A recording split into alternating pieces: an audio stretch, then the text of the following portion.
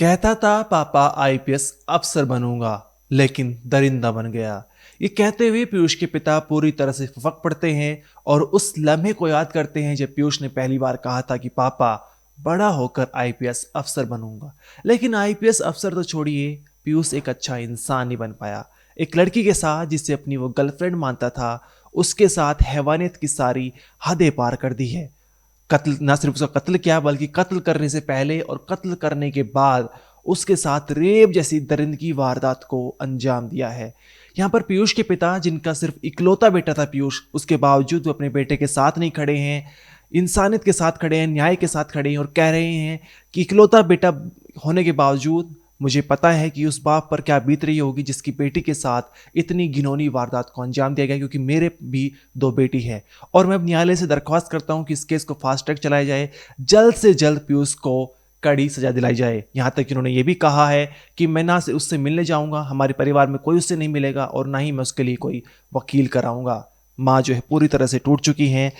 हमारे लिए संवाददाता अजय बाडोलिया ने पीयूष के पिता से बातचीत की है। उन्होंने उस दौरान कई चौंकाने वाले खुलासे किए हैं, वो हम आपको सुनाएंगे। लेकिन हम वीडियो में ये भी बताएंगे आपको कि इस वारदात से पहले, एक महीने पहले, पीयूष और पीयूष की गर्लफ्रेंड जो है जिसके साथ ये वारदात हुई है, उन्होंने पीयूष के पिता से बातचीत भी की थी। क्या उन्होंने कुछ कहा था वो भी आपको इस वीडियो में जानने को मिलेगा।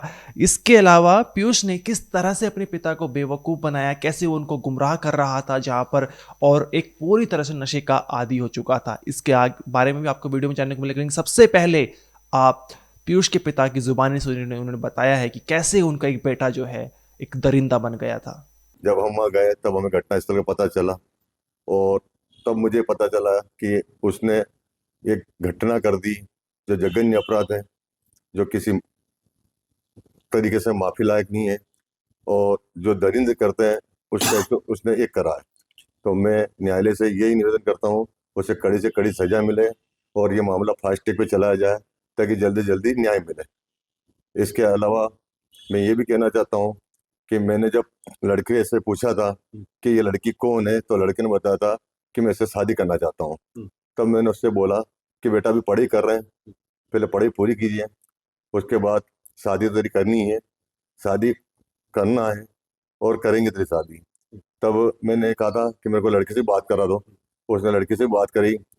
मैंने लड़की को भी समझाया कि आप जो है पीयूष के साथ पढ़ते हो, तो बोले हाँ। मैंने कहा पीयूष के नाम की दोस्ती है, तो उस दोस्ती को ज़्यादा मत बढ़ाओ और अभी इसको यहीं रोक दो। उसके बाद मैंने उनसे ये भी बोला कि अगर ऐसी कोई स्थिति नहीं हो कि जिससे तुम्हारे पिता की भी इज्जत धूमिल हो और मेरी भी धूमिल हो, आप पढ़ाई करो, शादी होगी, शादी करेंगे, ऐसी कोई बात नहीं है। तो उस लड़की ने कहा कि ठीक है अंकल, मैं वचन देती हूँ आपको कि अब मैं ऐसा काम नहीं करूँगी। उसने मेरे को इसका आश्वासन भी दिया था। बेटे ने भी मुझे कहा था पापा आपकी कसम अब हम ऐसा काम नहीं करेंगे। मैंने बेटे से ही कहा था पहले पढ़ लिख के अपने पाँव पे खड़े हो, दोनों पाँव पे खड़े हो जाओ, कुछ ऐसा बन के दिखाओ ताकि आप पे हम गर्व करें। और उसने आज जो ये करा कृत्य, गर्व की तो स्थिति नहीं रही, दरिंदगी की स्थिति कर दी उसने। इकलौता बेटा था आपका, जब आपको खबर मिली कैसे इसको देखा? एक लौता ही बेटा था मेरा। उसके बाद जब मेरे को खबर मिली तब मैंने प्रशासन की मदद करी। मेरे पास थाने से फ़ोन आया। लगातार विद फैमिली हम 4-5 दिन तक थाने पे थे। जो हमसे मदद हुई हमने थाने की मदद करी है। और उसके बाद उन्होंने उनसे हमने पूछा कि अब हम जाएं क्या, तो गुरुवार के दिन हम हमारे घर के लिए रवाना हो गए थे। आप पुलिस वालों से मिले, क्या आपके बेटे से मुलाकात हुई और किस तरह की आप सोचते हैं क्या सजा मिलनी चाहिए? जब मैं वहाँ गया तब वो बेटा जब गिरफ्तार हुआ तो मेरे को थाने वाले ने पूछा आप बेटे से मिलोगे, तो मैंने मना कर दिया कि मुझे ऐसे दरिंदे से नहीं मिलना। और उसके लिए कड़ी से कड़ी सजा का प्रावधान करिए आप, ये मैंने थाने वाले से भी निवेदन किया था। एक लड़की की जान भी इसमें गई। मुझे भी खेद है, एक बाप ने अपनी बेटी को, उसका गम मुझे भी है, मेरी भी दो बच्चा है। ऐसा जो कृत्य किया उसके लिए उसको कड़ी से कड़ी सजा मिले और फास्ट ट्रैक में मामला चले। उसने मीडिया के सामने जो बयान गौरव ने जो बयान दिया है पीयूष ने थाने में कि जो हो गया वो हो गया, क्या फर्क पड़ता है, इसको आप किस तरह से देखते हैं? क्या उसको किस तरह से मेंटल डिस्टर्ब था वो, क्या स्थिति थी, क्या आपको ऐसा लगा? ऐसा जो है उसने जो बयान दिए उसका मुझे कोई पता नहीं कि क्यों दिए उसने, इसके लिए मैं कुछ भी नहीं बोल सकता हूँ। क्या बचपन में जब आपके पास पीयूष खेलता था, स्कूल जाता था, तो क्या बचपन में कभी ऐसा लगा कि ये कुछ अजीब काम कर रहा है, अजीब कर रहा है, ऐसा कुछ कभी? बचपन में उसकी कोई ऐसी मानसिकता नहीं देखी मैंने, बचपन में कुछ भी ऐसा नहीं देखा। जब यहाँ से गया था उसकी हेल्थ अलग थी, वहाँ पे जाने के बाद उसकी हेल्थ टूट गई थी। मैंने उससे पूछा कि तेरी हेल्थ बहुत गिर गई, ऐसा क्या कर रहा? तो मैं तो बोला कि पापा मैं व्यायाम करता हूँ और पैदल चलता हूँ। मैंने उससे कहा नहीं, ऐसा तो नहीं है कि तू कुछ नशा करता है। जब मर्डर वाले दिन जब उसका ये आया वीडियो, तब मैंने उसके रूम का जो वीडियो देखा था, तो उसमें नशीली पदार्थ के बियर की बाटलें पड़ी हुई थी। तो मुझे लगा कि मेरा बेटा अब नशा करने लग गया। इससे पहले मुझे कोई ज्ञान नहीं था इस चीज़ का। घर पे आपकी पत्नी होगी, पीयूष की माँ भी होगी, सुनने के बाद कितना दुख हुआ? क्या उनको वो लगातार मतलब बीमार होने लग गए थे, होश बेहोश बेहोश बेहोश होने लग गए थे। मैं उन्हें भी संभाल रहा था, अपने आप को भी संभाल रहा था। ये मान के चलिए कि एक पहाड़ हम पे भी टूट गया था। समाज को क्या कहना चाहें? कई लोग सोच रहे होंगे कि आपने बच्चों को पढ़ने के लिए भेजा, लेकिन ऐसा कुछ हो। मैं समाज को यही संदेश देना चाहता हूँ कि अपने बच्चों का ध्यान रखिए। जो आज दो बच्चों का जीवन बिगड़ गया, ऐसा किसी को और का नहीं बिगड़ा है। ये मेरी समाज से विनती है। अगर कोई लोग आपको दोषी मानते हैं तो उनको क्या कहना चाहेंगे? मैं कोई दोषी नहीं हूँ, मैंने कोई दोष भी नहीं किया। और जिसने दोष किया है उसको कानून पूरी तरह से सजा दे, और मैं कानून के साथ हूँ। और ना मैं उसके लिए कोई वकील वगैरह या पैरवी वगैरह कुछ भी नहीं करूंगा मैं। यही मेरा संदेश है। जो घटनाक्रम हुआ, वो जो पीयूष है, वो कितने समय से इंदौर में था? आपने कब इसको पढ़ने भेजा था? मैंने पीयूष को अगस्त एंड में उसका एडमिशन करा था, और सितंबर में 8 सितंबर के दिन वो यहाँ से रिलीज हुआ था। तब मैंने उसको कमरा दिलाया था। वो दिलाया था मैंने उसको अरविंदो के पास में। पर जब अरविंदो के पास में कमरा दिलाया था, वो एक ही दिन में उसने खाली कर दिया था, क्योंकि वहाँ पे जो कमरा दिलाया था वो लड़के ने आईडी छुपाई थी, और ये बोला था कि प्रिंस सोनी नाम मेरा, पर वो एक्चुअल में कोई और समाज से निकल गया था। तो उसने कहा पापा ये दूसरे लोग हैं, मैं इनके साथ नहीं रह पाऊंगा। तो उसने दूसरा कमरा चेंज कर लिया था। लड़की से कब संपर्क में आया था? वो कब पता चली बात? मेरे को ये बात पता चली थी 8 9 10 जनवरी को, जिसमें मेरे को पता चला था जब वो मेरे पास में मोबाइल में फोटो आया था। तो मैंने पूछा बेटा पूरा ये ग्रुप में फोटो आया तेरा कॉलेज का, ये लड़की तेरे को इतना गौर से क्यों देख रही? तब मैंने उससे सब बातें पूछी। तब मैंने उससे बोला कि यार ये लड़की गौर से देख रही, तो तेरे को क्यों देख रही, बाकी क्यों नहीं देख रही? तो उसने बताया था पापा ऐसी सी बात है। तो मैंने कहा शादी करेंगे तेरी से बात नहीं, पहले कुछ बन के दिखाओ। लड़की को भी मैंने समझाया था। मैंने लड़की से भी कहा अगर आपको नहीं समझ में आता तो मेरे को आपके पापा के नंबर दे दो, मैं उनसे बात करता हूँ। तो उन्होंने कहा कि नहीं अंकल, अब आपको ऐसी शिकायत नहीं आएगी। पीयूष को आप कैसे देखते हैं? क्या उससे किस तरह का उसको अब गिरफ्तारी हो गई है, आगे क्या? मेरे को उसकी शक्ल नहीं देखना, ना उससे मिलना, ना मेरे परिवार को मिलना उससे। उससे सारी तरह रिश्ते नाते खत्म कर दिए। हाँ, हमने रिश्ते नाते सब तोड़ दिए उससे। हमको उसकी शक्ल नहीं देखना।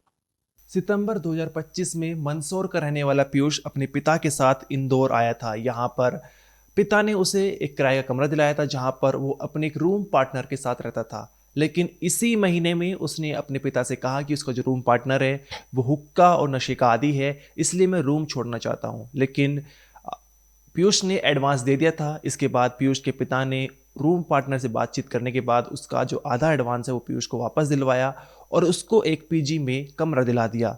लेकिन उसने द्वारकापुरी में कब किराए के कमरे में लिया, इसके बारे में पिता को कोई जानकारी नहीं है। और यहीं पर जो है आप जो कमरा देख रहे हैं द्वारकापुरी में था, जहाँ पर उसके कमरे से ऐसी चीज़ें मिली जिसे देख पिता की आंखें फटी फटी रह गई थी। उनका सिर शर्म से झुक गया था, जहाँ पर बियर की बोतलें और नशे के तमाम आइटम जो है वो मिले थे। अब हम आपको बताते हैं कि पीयूष और पीयूष की गर्लफ्रेंड की बातचीत कब पीयूष के पिता से हुई थी।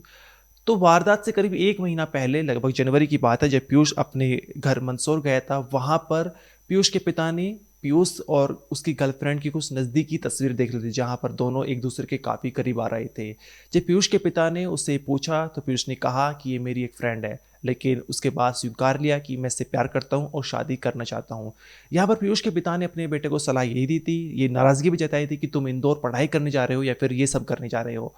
पीयूष के पिता ने कहा था कि ये सब चीज़ें हम तुम्हारी शादी कराएंगे, लेकिन शादी समय आने पर होगी, अभी तुम दोनों को पढ़ाई में ध्यान देना चाहिए। इसके बाद पीयूष जब इंदौर वापस लौटा तो उसने अपनी गर्लफ्रेंड को पूरी कहानी बताई थी कि परिवार वालों को हमारे रिलेशनशिप के बारे में पता चल चुका है। इसके बाद उसने अपने मोबाइल से युवती की अपने पिता से बात करवाई, जहाँ पर पीयूष के पिता ने लड़की को भी यही समझाया कि दोनों अलग अलग समुदाय से हैं, अभी कोई भी जल्दबाजी में कदम उठाना सही नहीं होगा, अभी तुम दोनों को फिलहाल पढ़ाई में ध्यान देना होगा, और जब समय आने पर शादी का तुम्हारी उम्र होगी, उस वक्त हम तुम्हारे परिवार से बातचीत कर लेंगे, और तुम अभी जो है पढ़ाई में पूरी तरह से ध्यान दो। उस वक्त लड़की ने भी कहा था पीयूष के पिता की कसम खाते हुए कि अंकल मैं आपकी कसम खाती हूँ, हम दोनों पढ़ाई में पूरी तरह से ध्यान देंगे, थोड़ी दूरी बनाकर रखेंगे, और अभी इन सब चीज़ों की बात नहीं करेंगे। साथ ही उन्होंने कहा था कि अगर ज़्यादा कुछ होता है तो मैं अपने पीयूष को जो है वो मंदसौर वापस बुला लूँगा। दोनों बच्चों ने जो है पढ़ाई में बात करने की कसम खाई थी, लेकिन उसके बाद जो है तमाम चीज़ें जो कुछ हुआ है फरवरी के महीने में, वो सभी ने देखा है, जहाँ पर पीयूष ने अपनी गर्लफ्रेंड का ना सिर्फ कत्ल किया बल्कि हैवानियत की सारी हदें पार कर दी थी। इसके बाद वो मुंबई चला गया था, और इस तरह का जो है एक तरह से उसकी मानसिक स्थिति हो चुकी थी कि वो तांत्रिक क्रिया कर रहा था वहाँ पर, अपनी गर्लफ्रेंड की आत्मा से बातचीत करने के लिए तमाम तांत्रिक क्रिया कर रहा था। लेकिन पुलिस ने बताया कि उसकी मानसिक स्थिति बिल्कुल सही है, क्योंकि जब हमारे रिपोर्टर धर्मेंद्र शर्मा ने उनसे बातचीत की तो कैमरे पर पूरी तरह से बेफिक्र नजर आए, उन्हें कोई शिकन नहीं था पीयूष को, और कहा था कि मुझे जो कुछ हो गया सो हो गया, अब इसमें क्या ही बात करें। फ्लावर थी ना, फिर क्यों मारा? कुछ नहीं हुआ, छोड़ो, जो हो गया यार। अरे कैसी बातें कर रहे हो, आपने मारा एक लड़की को, आपकी प्रेमिका थी वो, उसको छोड़ दो ना, क्या करोगे जान के। इस मामले में फिलहाल यही अपडेट था, जहां पर पीयूष के पिता इकलौता बेटा होने के बावजूद अपने बेटे के साथ नहीं खड़े, बल्कि कोर्ट से ये दरख्वास्त कर रहे हैं कि इस केस को फास्ट ट्रैक चलाया जाए और जल्द से जल्द मेरे बेटे को कड़ी से कड़ी सजा दिलवाई जाए। यहाँ तक कि इससे पहले जो केस सामने निकल आया था इंदौर से सोनम रघुवंशी वाला, वहाँ पर भी सोनम रघुवंशी का भाई अपनी बहन के साथ नहीं खड़ा था, और वो राजा रघुवंशी की माँ को चुप कराता है और कहता है कि मैं भी तुम्हारा बेटा हूँ, और उनके साथ ही खड़ा हुआ दिखाई दे रहा था। यहाँ तक कि मुस्कान वाला केस जो मेरठ से आया था, वहाँ पे भी उन्होंने मुस्कान के माता पिता ने अपनी बेटी से पूरी तरह से नाता तोड़ दिया था। तो एक कहानी थी जहाँ पर हैवानियत की हदें पार हो जाती है, वहाँ पर परिवार वाले भी साथ छोड़ देते हैं, क्योंकि आपने सिर्फ एक कत्ल नहीं किया, बल्कि कह सकते हैं कि इंसानियत को भी शर्मसार कर दिया है। इस वीडियो में इतना ही। आपका जो भी कहना है कमेंट सेक्शन में ज़रूर बताइए। आप देखते रहिए क्राइम तक।